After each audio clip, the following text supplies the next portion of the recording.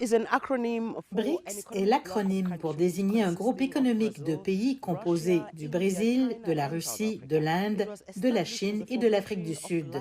Il a été créé en tant que forum des marchés émergents et de pays en développement progressistes partageant les mêmes idées. Le professeur Anil Souklal, directeur général adjoint responsable de l'Asie et du Moyen-Orient pour le département des relations internationales et de la coopération ici en Afrique du Sud, estime qu'il est impératif que le groupe des BRICS approfondisse davantage ses efforts de coopération. Je crois donc que les BRICS ont un rôle important à jouer pour faire en sorte que les pays du Sud ne soient pas une fois de plus marginalisés en termes d'architecture financière, économique et commerciale mondiale.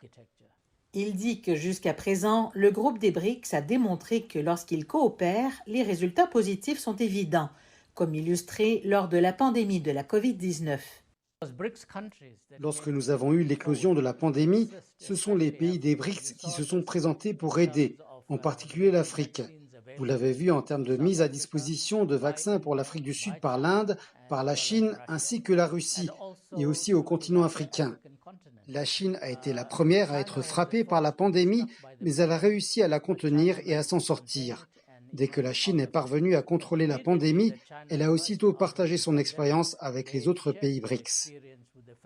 La première institution formelle fondée par les pays BRICS est la Banque de développement BRICS, un établissement qui, selon le professeur Souklal, a connu un succès phénoménal depuis sa création. À ce jour, la banque a attribué plus de 30 millions de dollars américains à près de 80 projets dans tous les pays BRICS. L'Afrique du Sud elle-même reçoit 5,4 millions de dollars pour 11 de ces projets.